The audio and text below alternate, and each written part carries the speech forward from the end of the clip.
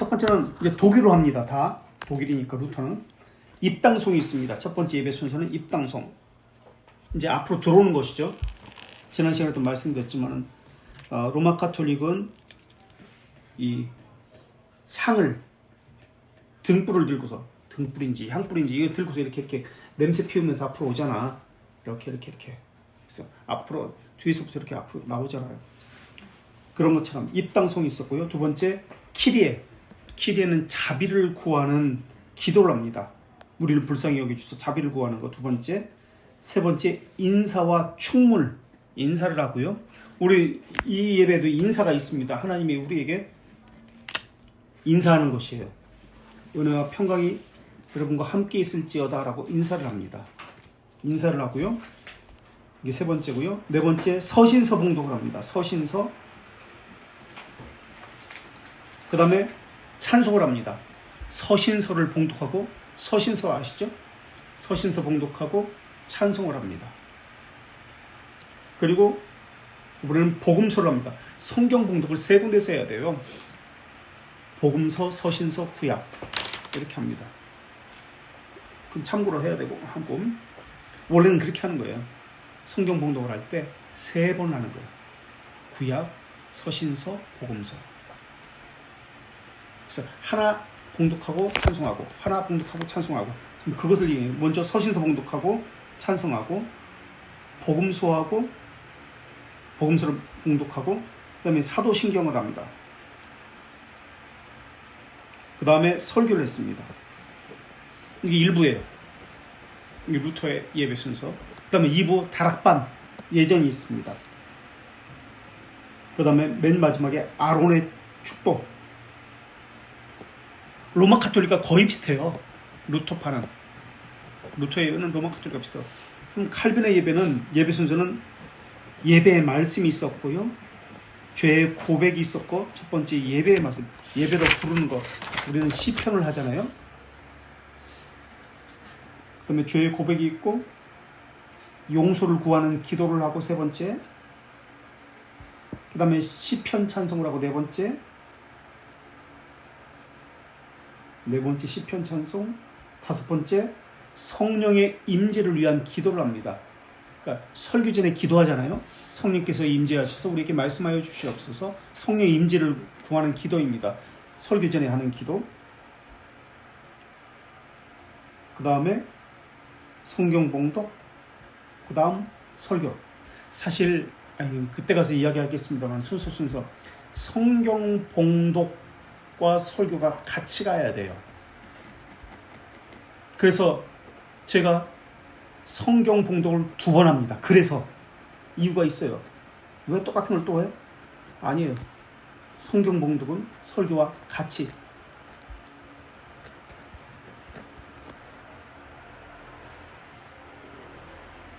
성경 봉독, 설교.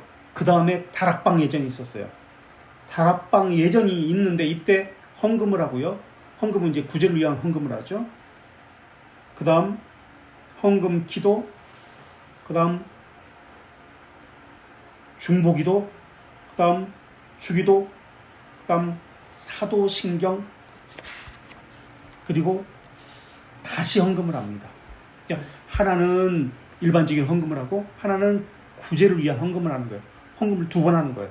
매주 하는 거예요 지금. 그리고 성찬 제정의 말씀, 성찬 설교, 그리고 맨 마지막에 아론의 축도를 했어요. 이 칼빈의 예배 순서예요. 구체적으로 지금 여기서는 얘기를 하지 않습니다만은 이렇게 예배 순서가 각기 신학적인 의미를 가지고 특성을 가지고 예배 순서가 로마 가톨릭, 루터파, 찌빙글리도 다릅니다. 칼빈도 달라요. 종교개혁자들은 상징주의 의식을 다 실질적으로 없애버립니다. 중세교회의 예배는 상징이 점점 많아졌어요. 그리고 설교 같은 교훈적 요소는 점점 사라졌습니다. 설교는 종교개혁 이전에는 중요성이 없었어요. 그래서 1년에 한 서너 번 할까 말까 가끔 했습니다. 무엇이 중시되었다? 초대교회도 초대교회는 둘 다 있었지만은 성찬이 중시가 되었어요. 설교는 없어졌어요. 지금은 오늘날은 반대로 성찬은 없지만 설교가 중시가 되죠. 어쨌든 중세교회에서 예배의 상징을 두는 것은 점점 증가했는데 교훈적 요소는 하위에 두었고 점점 사라지기 시작했습니다. 그러니까 언어적 상징보다 그들에게 중요한 것은 어떤 상징? 시각적 상징이 더 중요했고 그것을 우위에 뒀고 언어적인 상징, 그러니까 교훈은 점점 빼버리기 시작하는 거예요. 자, 그렇다면 이 상징의 문제점들이 있습니다. 문제점들이 첫째, 상징을 사용하면은 우린 모형, 그림자 뭐 이렇게도 표현되지만은 상징을 사용하면 그것이 말하고자 하는 진의 실체가 있어요. 실체, 이것은 뒤에 숨어버립니다. 하나님을 상징한다고 하면서 만들어낸 상징이 무엇이죠? 출애굽한 이스라엘 백성들이 상징성을 부여한 거예요. 지금 이것이 로마 가톨릭이 똑같이 하고 있는 것과 비슷해요. 뭐 어떤 일을 했죠? 하나님이야. 그러면서 상징이 말하고자 하는 실체는 뒤로 숨어버렸어요. 그리고 가시적으로 보이는 이것만 가지고 예배했어요. 황금소를 송아지 만들어가지고 황금으로 송아지 만들어서 소 만들어가지고 여기다 예배한 거예요. 이게 상징이야. 그러나 그 실체는 숨는 거예요. 이것이 말하고자 하는 것이 무엇인지 모르는 사람은 그냥 우상숭배하는 거야. 이게 하나님이구나라고 생각하는 거야. 그래서 상징을 사용하면 그 진의는 뒤로 숨어버리거나 사라져버린다. 이게 첫 번째 문제점이에요. 그래서 종교개혁자들은 예배를 결정할 때 있어서 지금까지 로마 가톨릭은 상징을 중시 여겼다고 했습니다. 언어적 요소를 천시했다고 했습니다. 그리고 그것을 설교를 하지 않는 경우가 더 많았다고 했습니다. 결정을 해야 됐어요. 무엇을 중시해야 되지? 시각적인 것에 호소해야 되는가? 그러니까 감각적인 것에 호소해야 되는가? 아니면 마음에 호소해야 되는가? 무엇을 예배의 중심에 둬야 되지? 예배 요소를 어떤 곳에 두어야 되지? 중세에서는 감각, 시각에 중심을 뒀습니다. 이걸 결정해야 됐어요. 그래서 예배에서 상징은 이런 문제점이 있기 때문에 시각이 아니라 감각이 아니라 언어적인 요소로 마음에 호소해야 한다라고 결정을 한 겁니다. 그러면서 상징을 없애버린 겁니다.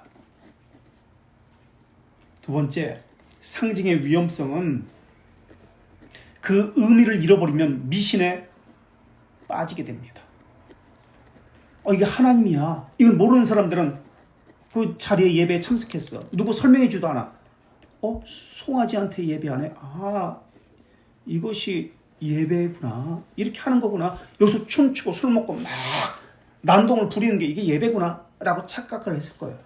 그것이 하는 이유가 있는데, 그래서 상징적 의미는 성경을 해석할 때 우화적으로 해석해서 자의적으로 받아들이게 되어 있습니다.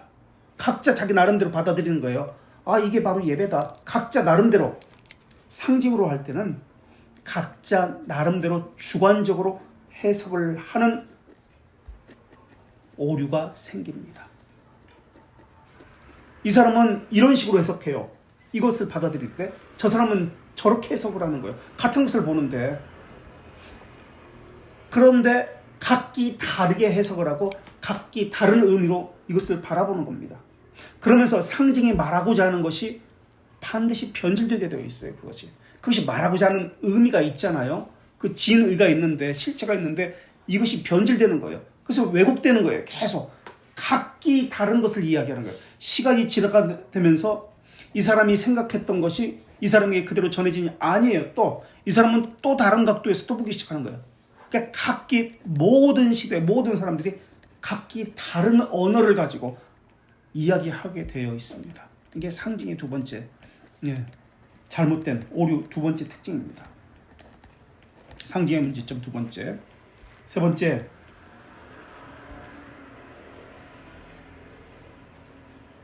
상징은 교훈적 의미를 전달하지 못합니다. 상징은 교훈적 의미를 전달하지 못합니다. 이게 문제점이에요. 그래서 종교개혁자들은 이 상징적 요소를 다 제거해버리는 겁니다. 중세 때는 상징을 강조해서 점점 만들어냈잖아요. 예를 들면 이런 거예요. 1534년 영국의 크레머는 크레머가 첫 번째 종교개혁을 하려고 했을 때 미사 때 이제 옷을 입잖아요. 미사 때 사제들이 옷을 입잖아요. 다 의미가 있어. 이게 상징적인 요소가 있어. 왜 그 옷을 입는지. 옷을 입고 어깨에 천을 두르고 이게 다 상징하는 것인데요. 이 상징에 대해서 설명을 합니다. 책자로 나왔는데 게두포라는 것이 있어요. 이 사각형에 이렇게 돼가지고 이렇게 흰천 같은 걸 이렇게 턱바지 같은 거, 애기들 이렇게 턱바지 같은 걸 이렇게 옷을 입고 거기다 이렇게 게두포라고 그래요. 게두포. 이것이 상징하는 것은 예수님이 모욕을 받을 때, 십자가에서 돌아가시 전에 고난 받을 때 예수님을 묶었던 천이다. 어깨와 목에 둘렀던 목을 이렇게 묶었던 천이다 라고 해석을 하는 거예요. 그래서 사제들은 이것을 해야 된다. 예수님의 목을 묶고 이제 채찍을 때리잖아요. 팔 묶고 다리 묶고 온몸을 묶고 때리잖아. 목에 이게 턱바지 같은 거. 그 상징이라고 그렇게 해석을 하는 거예요. 그다음에 장백이라고 긴 이 치마 같은 옷을, 원피스 같은 옷을, 긴 걸, 검은 옷을 입잖아요. 그 열혈사제 봤어요? 열혈사제 보면 검은색 옷을 입잖아, 사제들은. 그 열혈사제는 계급이 낮은 거기 때문에 다른 걸 거치지 않았어. 허리띠도 없고 여기에 뭘 거치지도 않고 이 어깨 숄, 추기경 이런 사람은 숄도 걸치거든. 이런 것도 걸치지도 않고 모자도 이렇게 삐쭉삐쭉한 거 이렇게 쓰지도 않고 그런 게 전혀 없어요. 계급이 가장 낮은 사제라. 이런 장백이 검은 옷 입고 또 흰 옷을 입고 이러는데 장백이라고 얘기해요. 이 장백이는 사제 옷 좀 한번 봐봐요. 장백이는 헤롯이 배시본들과 함께 입었대. 관복을 의미해요. 그리고 허리를 띠잖아, 허리띠. 그래서 채찍을 의미해요. 그래서 예수님처럼 배시몬들 앞, 헤롯의 배시몬들 앞에서 옷을 입은 그들 앞에서 채찍으로 맞는다는 상징을 가지고 있어요. 그리고 스톨이라고 알아요? 스톨 혹시 목사님들 개신교에서 합니다. 스톨 뭔지 알아요? 예배 시간에 혹시 예전에 다녔던 교회에서 예배 시간에 색깔별로 앞에 강대상에 색깔별로 이렇게 놓는 것도 봤어요? 부활절에는 흰색, 녹색, 빨간색, 청색 이렇게 놓는 거. 목사님들이 이 긴 거 이게 뭐 천 같은 거 이렇게 길쭉한 거 이렇게 해가지고 이렇게 늘어뜨리는 거 뭐 덜렁덜렁 마우라 같은 거 덜렁덜렁 하는 거 봤어요? 이게 스토리야. 색깔별로 있어요. 그 색깔에 맞춰서 그 앞에 강대상에도 이거 색깔 천을 늘어뜨리는 거예요. 나도 종류별로 다 있어요. 이 스토리인데 이것이 뭐냐면 예수님이 고문받을 때 기둥에 묶였다는 것을 표시하고 있어요. 상징하고 있어요. 그 다음에 수대라는 거, 팔에 거는 게 있어요. 이렇게 거는 거. 이것도 예수님이 손을 묶였을 때 그 끈이라고 얘기해요. 소매 없는 조끼를 입는 것은 본디오 필라도가 입었던 자주색 옷을 상징해요. 그러니까 이렇게 상징성을 계속 부여하는 거야. 사제들이 입는 옷은 예수님의 고난과 핍박을 받을 때 예수님의 묶였던 끈, 채찍, 굴레, 멍에 이런 것들과 관련돼서 상징을 만들어서 부여하는 거예요. 이게 중세대. 근데 이거 지금도 하고 있어, 그렇게. 그럴 때 이 상징을 볼 때 이 복음에 무슨 상관이 있지? 예수 그리스도의 가르침과 무슨 상관이 있지? 이런 생각은 전혀 하지 못하게 돼요. 그리고 왜 저것을 입고 있지? 사람들은 몰라. 아는 사람만 알아. 이런 상징이 사제들의 옷에만 있는 것이 아니에요. 곳곳에 다 있어요. 교회 건물 건축할 때 어떻게 져요? 보통 지금은 그렇게 안 짓는데 한동안 2000년대 초반까지는 교회 지으면 다 어떤 교회의 모습을 졌죠? 어떤 교회 건물 모양을 졌어요? 개신교 마찬가지예요. 다 똑같아. 천편일률적으로. 둘 중에 하나예요. 교회 지면 노아의 방주. 다 방주야. 아니면 물고기 모양. 아니면 방주. 교회 질 다 그렇게 졌어요. 왜? 상징성. 십자가를 몇 개 놔야 돼? 십자가 몇 개 걸을까? 교회.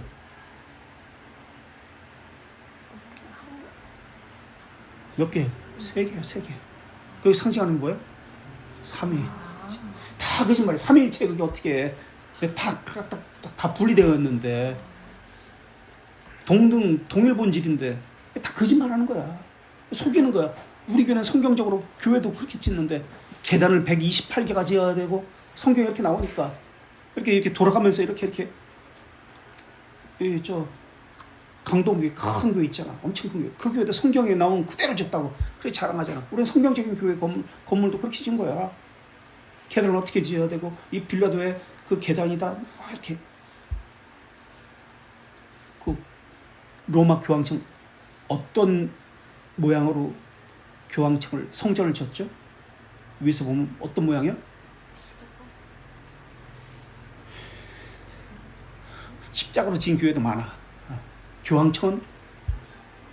교황청이 말하고자 하는 상징이 천국의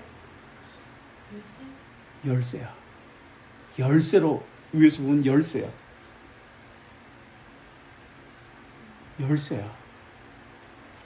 다 예배의 건물의 예배의 그 기구들 형식 곳곳에 끝이 없을 정도로 상징을 가지고 다 의미를 부여해서 이것들을 다 만드는 거예요. 예배 순서도 마찬가지예요. 끝이 없어요. 누가 창의성을 가지고 이것을 상상해서 지어내느냐. 엄청나게 많아 지는 거예요. 1000년 동안 그거 하는 거예요. 예배 순서도 그렇고. 예배 순서예요. 또 얘기합시다. 예배 순서 가운데 사순절만 되면 부활절 전만 되면 그런 퍼포먼스 같은 거 하잖아. 광화문에서 십자가를 지고 채찍질을 지고. 교회에서도 했죠. 교회에서도 했을 거야. 이렇게 성가대 가운 입고 이렇게 하면서 분장 매니큐어 루즈 칠해가지고 막 때리고 이야 그러면서 막 어이구 그러면서 다 상징이야. 그리고 또 못을 박는다라는 신욕을 하면서 망치소리를 쾅쾅쾅 이것은 뭐 어쩌고 저쩌고입니다. 그러면서 다 상징이야. 이것이 말하고자 하는 뭐야? 끝이 없는 거예요. 재미는 있어요. 상상력은 만족을 하고 호기심은 채워집니다. 이것은 예배의 본질과는 어긋나는 것들이에요. 중세에 만연했어요. 지금도 그래요. 지금도 이 상징을 버리지 못하고 이게 프로테스탄트라고 종교개혁의 후예들이라고 하는 사람들이 로마 카톨릭의 상징을 가지고 예배하고 있어요. 똑같이 하고 있어요. 가운 입고. 그래서 종교개혁 후예들은 우린 가운 안 입어요. 그것 때문에 죽은 사람도 많아. 가운 못 입겠다고 해서. 이것이 말하고자 하는 것이 없는데 이건 다 거짓인데. 어쨌든 이것이 신자의 삶과 무슨 상관이야? 거룩과 무슨 상관이야? 사회적 책임과 무슨 상관이야? 이러한 것들이 이 상징성들이 신비적인 감동은 있을 수 있지만 이것이 하나님의 뜻이 아니에요. 이게 바로 세 번째 상징성의 문제예요. 네 번째 상징성의 문제점. 상징은 하나님과 개별적 친구로 방해합니다. 친교를 방해해요. 하나님과 개별적으로 인격적인 교제를 방해해요. 이것을 통해서 하나님 만나나요? 저 교회는 십자가가 3개나 돼. 삼위일체를 상징하고 있어. 이 교회는 노아의 방주로 만든 교회야. 그래서 그 안에는 다 캐나다산 원목으로 나무로 만들었어. 철제가 있질 않아. 그런 게 많아요. 방주로 된 교회. 근데 원목으로 다 돼 있어. 그 안에 들어가면 나무로 배처럼. 이 교회 가면 구원받을 수 있어. 이게 하나님과 인격적인 교제와 무슨 상관이에요? 거짓을 가르치고 있죠. 이곳에 다니면 구원받을 수 있다는 거짓을 가르치고 있는 것이죠. 그래서 종교개혁자들은 이런 상징물들을 다 벗겨립니다. 예를 들어 볼까요? 촛불에 개수는 몇 개 있어야 되는 것이죠? 촛불의 개수 12개? 네? 유대인은 7개 있어야 되고 우리는 몇 개 있어? 언제야? 12월 달에 되면 하나씩 키잖아. 성탄절 전에. 그죠? 몇 개 켜나요? 3개? 아, 오늘은 좀 영 안 맞네. 이상하게 다 틀리네. 지난주는 한 다르네. 몇 주 전부터 켜? 4개? 어떻게 알았어?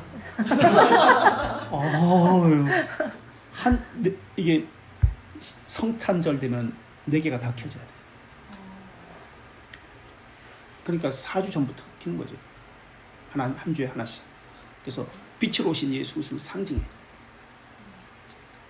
다 했잖아. 그 교회에서 권사님들이 촛불 다 켰어. 이거 아무나 못해. 왕권사만 할 수 있어. 왕권사만. 고참. 그건 안 했던 것 같은데. 그 교회는 안 했어요? 그래. 이상한 교회네. 보통 다 하는데. 그거 아무나 못 하는데. 아기 예수님이 있었죠. 아기 예수님이 있었어? 그래, 있었네. 내가 한번 얘기했죠. 아기 예수 내가 없애러 다녔다고. 있으면 안 돼. 로마 카톨릭은 그건 철저해. 성탄절 때 예수님이 오셨기 때문에 그때 비로소 성탄절 날 아기를 거기서 인형을 갖다 놔. 로마 카톨릭은 그래. 유럽도 그렇게 해요. 그 전에 예수님이 있으면 안 돼. 왜 팔싹둥이를 만들어?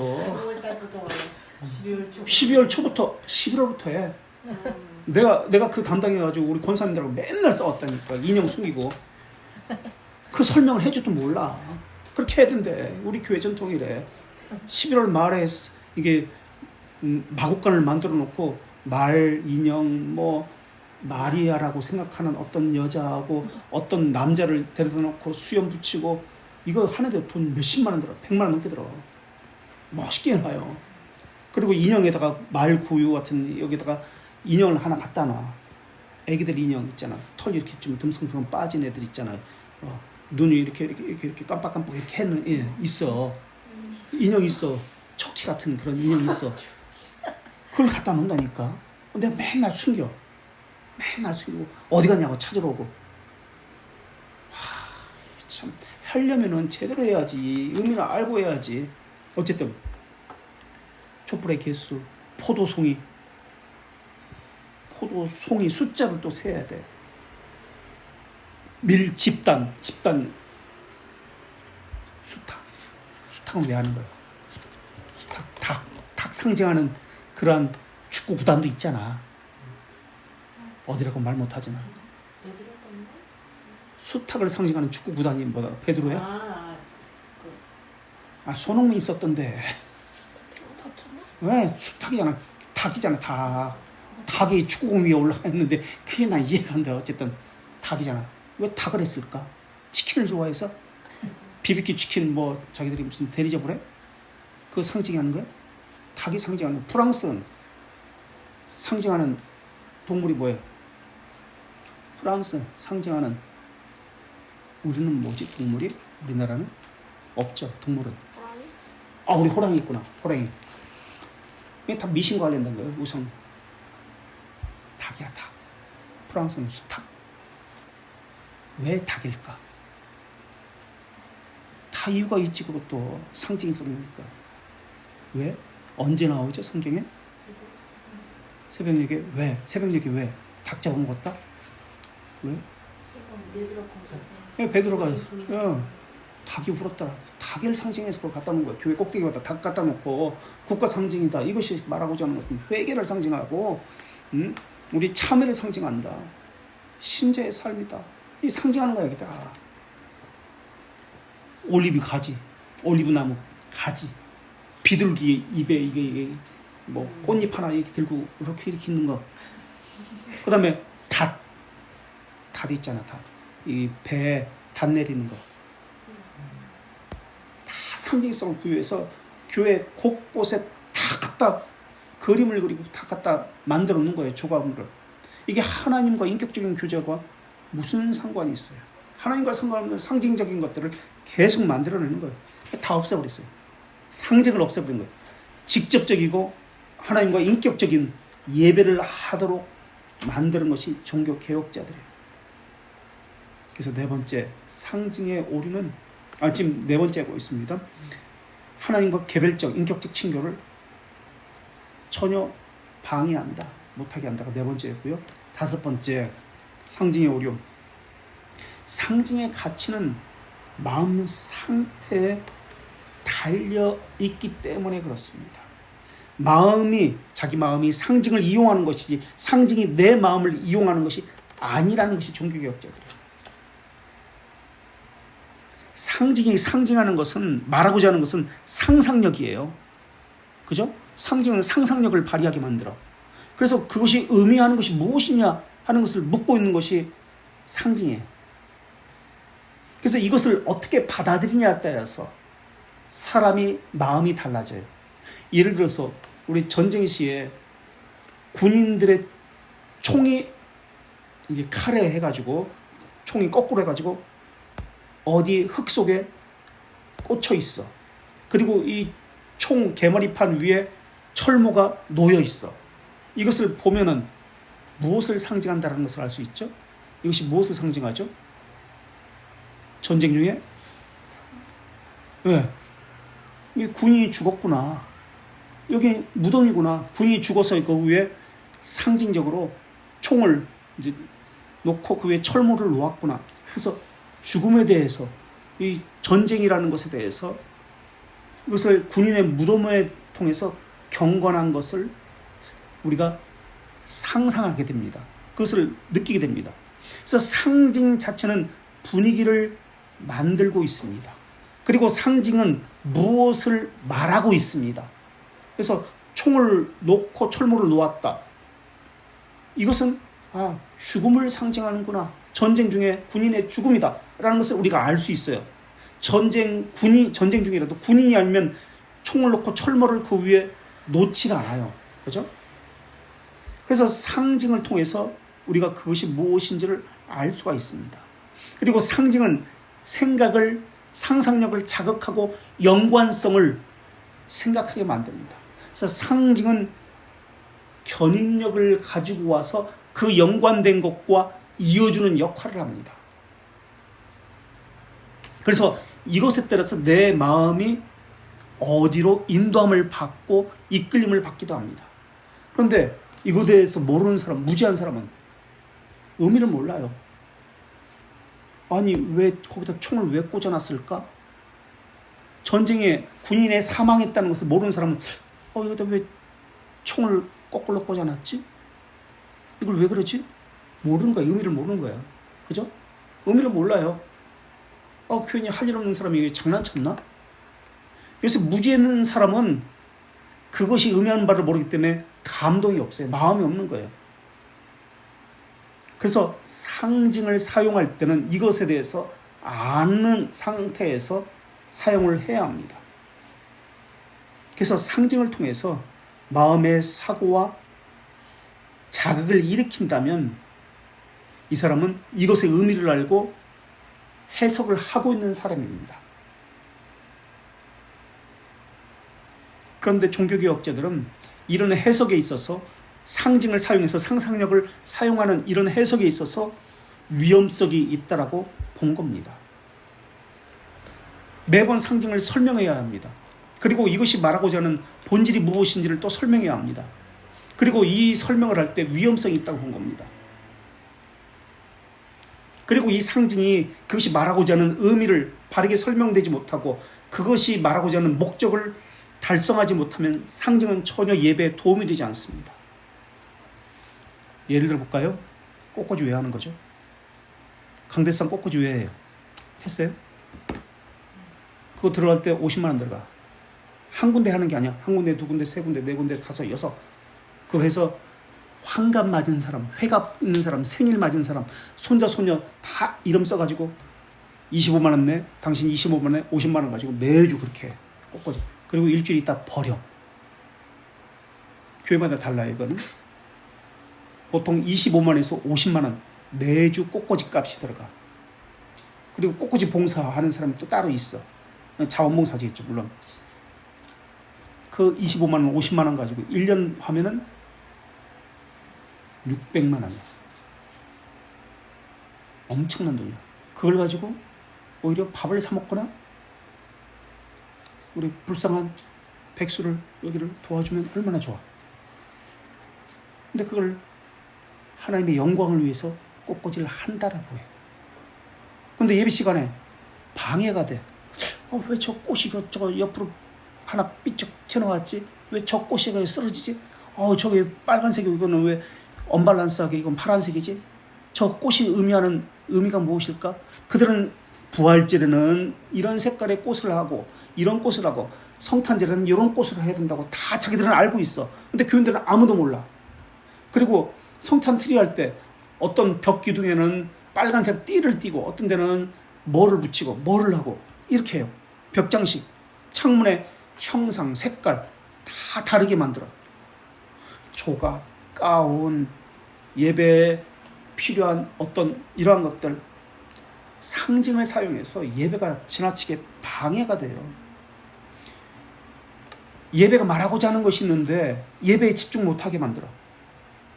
바른 상징을 올바로 표현하면 좋겠는데 그 목적을 상실하는 경우가 너무나 많이 있어요. 우리가 예배 시에 상징성을 갖는 것은 여러 가지 것이 있는데요. 첫째, 감각적 상징이 있습니다. 두 번째, 행위적 상징이 있습니다. 첫째, 감각적 상징이 있고요. 감각적인 것. 둘째, 행위적 상징이 있습니다. 셋째, 내면의 마음에 내면적 상징이 있습니다. 이것들 외에도 제의라고 하는 제의, 목사 가운 이런 것들이 또한 있습니다. 자, 감각적 상징이 예배 가운데 눈에 보이는 시각적, 감각적. 감각은 시각만 있는 것이 아니에요. 오감이 있습니다. 예배 가운데 감각적 상징들에는 어떤 것들이 있는가요? 감각은 오감은 눈으로 보고 듣고 촉각 만지고 먹고 미각 또 뭐 있지? 시각, 청각, 촉각, 후각, 냄새. 오늘 여기가 좀 5가지 감각이 있어요. 자, 예배 가운데 이런 오감이 활용되어지는데 어떤 것들이 있을까요? 감각적 상징에는 시각적으로 십자가 제일 앞에 보이잖아요. 그죠? 또 뭐가 있어요? 조명. 그렇지. 조명, 빛, 또 스테인드 글라스 이런 것들. 그래서 빛이 하늘에서부터 오도록 예배 시간에 저 앞에서부터 다른 데는 다 막고 거기 위에서 오도록 그렇게 만드는 거예요. 감각적 상징으로. 또 어떤 것이 있어요? 색깔. 계속 색깔을 절기마다 바꾸잖아. 목사님의 가운도 색깔을 스토를 계속 바꾸잖아. 또 조각, 앞에 강대상의 조각, 비둘기, 어떤 데는 그려놓고 어떤 데는 포도로 양, 최후의 만찬, 예수님의 양을 목에 이렇게 디스크 걸리라고 이렇게 하고 있는 그림 등등. 예? 현수막도 있고 하여튼 시각적인 것들이 장식과 관련해서 성경대, 천정벽, 시각적 상징들이 있습니다. 그렇다면 청각적 상징들은 또 뭐가 있을까요? 이런 요소들을 다 이야기하고 이것이 어떻게 활용되는지를 또 예배 가운데 보고자 하는 거예요. 지금 또 시각적 했고 청각적으로는 음악이 있습니다. 또 기도가 있습니다. 성경 봉독, 설교, 피아노 소리, 또 마이크, 음향, 녹음 이런 시설들 이런 것이 있습니다. 이런 것들은 보게 하는 것, 듣게 하는 요소입니다. 예배에서. 그런데 이런 것들을 많이 사용하면 예배에 도움이 될까요? 산만하고 예배를 분산시킬까요? 지난주에도 우리 여기서 예배하는데 옆에서 사과 사세요, 갈치 사세요, 고등어 사세요. 왜 여기서만 하는지 몰라요. 사람도 안 다니는데. 여기서 계속해. 우리의 시선이 시선 아니고 시선 앞에 뭐 청각의 귀가 다른 데로 쏠립니다. 이런 것들이 많이 있을 때 예배가 오히려 방해가 되는 요소입니다. 주의를 산만하게 하기 쉽습니다. 우리는 성경을 독경대, 성경을 읽는 이 독경대라고 하죠. 여 위에 올려져 있습니다. 이게 시각화입니다. 이것이 말하고자 하는 것이 무엇일까? 이것도 상징이에요. 이 예배 요소 가운데 이게 다 있는 거예요, 지금. 성경이 어떻게 펴져 있나요? 우리가 사도행전 26장 28절이다. 그러면 이 부분이 사도행전 26장 28절이 오늘 본문의 말씀이 펴져 있습니다. 어느 쪽을 향해 있나요? 앞에 쪽이 있나요? 회중들 쪽이나요? 회중 쪽. 왜? 그 의미하는 바가 있을 거 아니야. 그 상징인데 그 의미하는 바를 모르면 그건 우상숭배인데. 히브리서 1장 13절을 펴놓고 거기 있습니다. 왜? 그걸 펴놓을까요?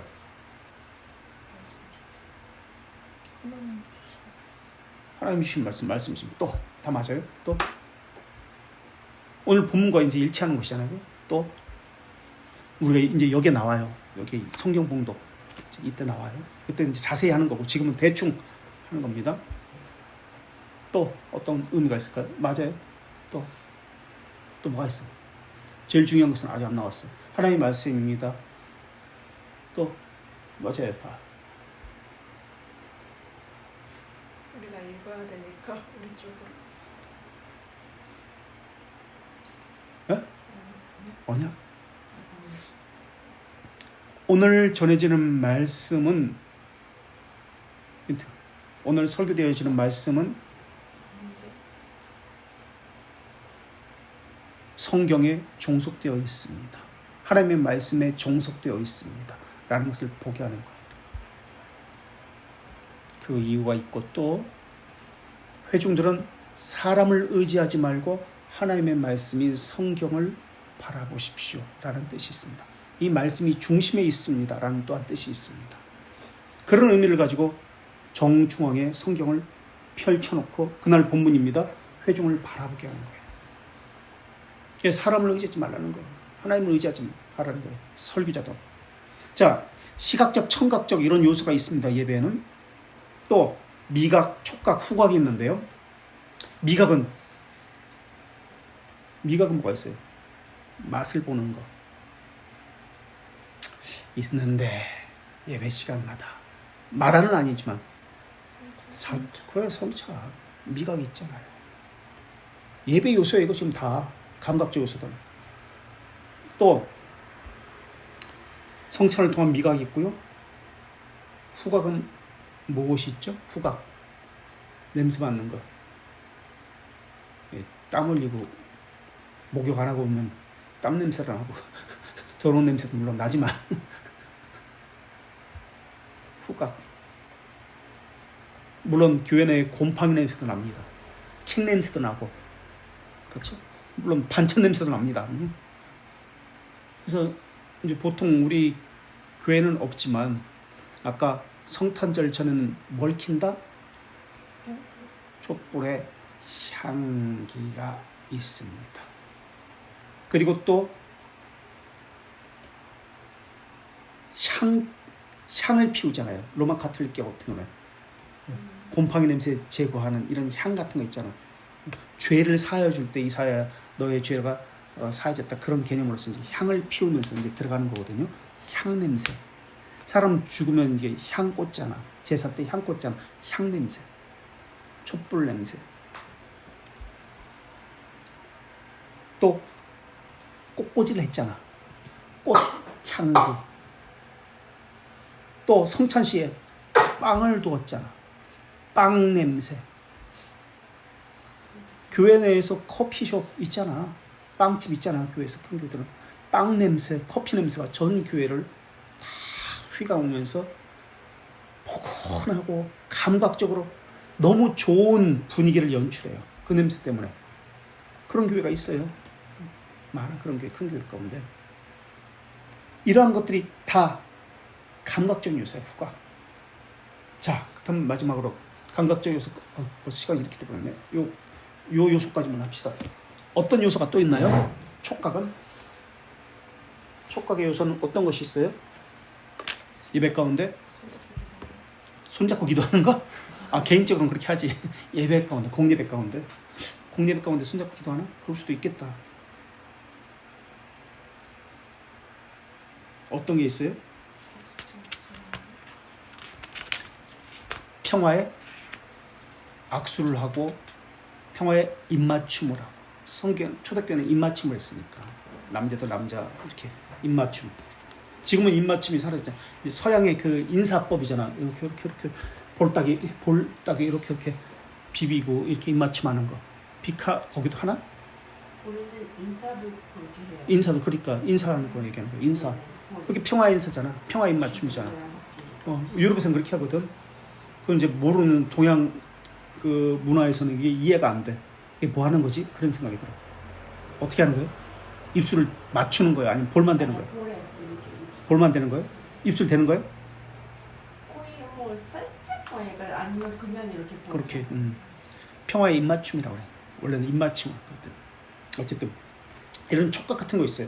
교제의 악수가 있었고 이런 평화 갈라디아서 2장 9절에 나옵니다. 성경에 나오는 것들을 지금 다 얘기하는 거예요. 이러한 것들을 사용했습니다.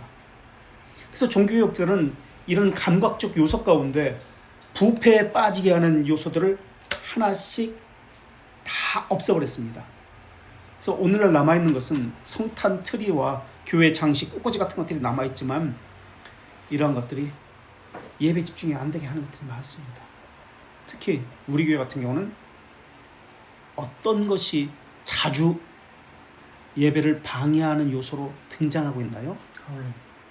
하울링, 그리고 선명하지 못한 마이크의 음향소리, 또 삑삑 자주 들리는 마이크의 소음, 이런 것들이 있습니다. 성가대에 부산하는 소리, 조는 모습, 하품하는 모습 다 보여 앞에서. 사람들의 움직임, 회중들의 소곤대는 자기들끼리 앞에서는 안 보인다고 생각해요. 다 보여. 멀리 있으면 더 잘 보여. 한 5,000명 교회잖아요. 저 뒤에 있는 사람 안 보인다고 생각하고 옆 사람하고 이야기하고 주보로 이렇게 주고받고 하는데 더 잘 보여. 안 보이게 하려면 제일 앞자리에 앉아. 그래서 잘 안 보여. 다 보여. 그래서 로마 카톨릭은 성가대가 어디 있어요? 찬양대가 앞에 없어요. 개신교만 앞에 있어. 안 보이는 뒤에 위에 있어요. 하늘에서 음악이 내려온다는 효과도 있고 예배를 방해하지 못하게 하는 그런 효소가 있습니다. 자, 여기까지 하고요. 계속해서 다음 주는 상징적 행위. 아직 끝난 거 아니에요? 육체적 움직임이 있고 뭐 여러 가지 움직임들이 있습니다. 이런 것들을 계속해서 하겠습니다. 혹시 여기까지 질문이나 하실 말씀 있으면